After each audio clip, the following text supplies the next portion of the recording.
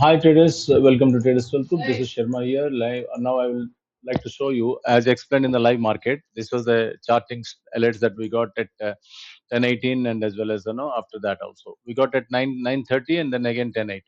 So I'll show you the this also. So these alerts will work like anything, and then you have to draw lines like this, and this will become a zone for us.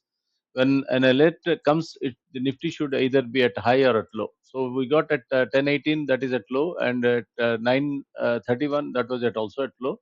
So we have marked this line like this. As I explained you in the morning, that market would fall if at all, if it cannot sustain above this. And as explained, this was perfectly worked. There were no green candle crossing this line and the above line, and we have got a great fall from there.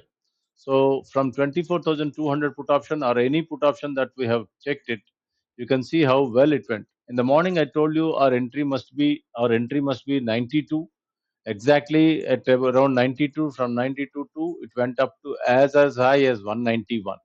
So 191. So this is the perfect strategy that you can use in Nifty. So every day we get alerts, and that alert can be used perfectly. Thank you.